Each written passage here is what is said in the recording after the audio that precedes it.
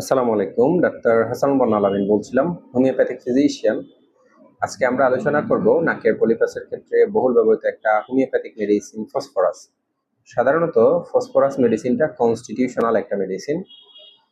পেশেন্টের কনস্টিটিউশন দেখে আমরা সাধারণত ফসফরাস মেডিসিনটা প্রেসক্রিপশন করে থাকি। সাধারণত ফসফরাসের পেশেন্ট খুবই সুশ্রী হয়ে থাকে, লম্বা হয়ে থাকে, রোগী খুবই তীক্ষ্ণ বুদ্ধিসম্পন্ন হয়ে থাকে। তার নাকের মধ্যে যদি পলিপাস থাকে এবং সেই পলিপাস থাকার কারণে সামান্য কারণে যদি সেখান থেকে রক্তস্রাব দেখা দেয় বা রক্ত বের হয়ে যায়, হাত দিলে বা নখ দিয়ে যখন একটু করতে যায় তখন সেই জায়গা থেকে রক্ত বের হয়ে পড়ে।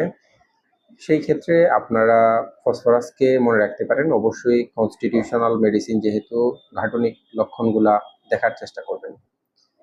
ধন্যবাদ। আজকে এই পর্যন্তই। ভালো থাকুন, সুস্থ থাকুন। আসসালামু আলাইকুম ওয়া রাহমাতুল্লাহ।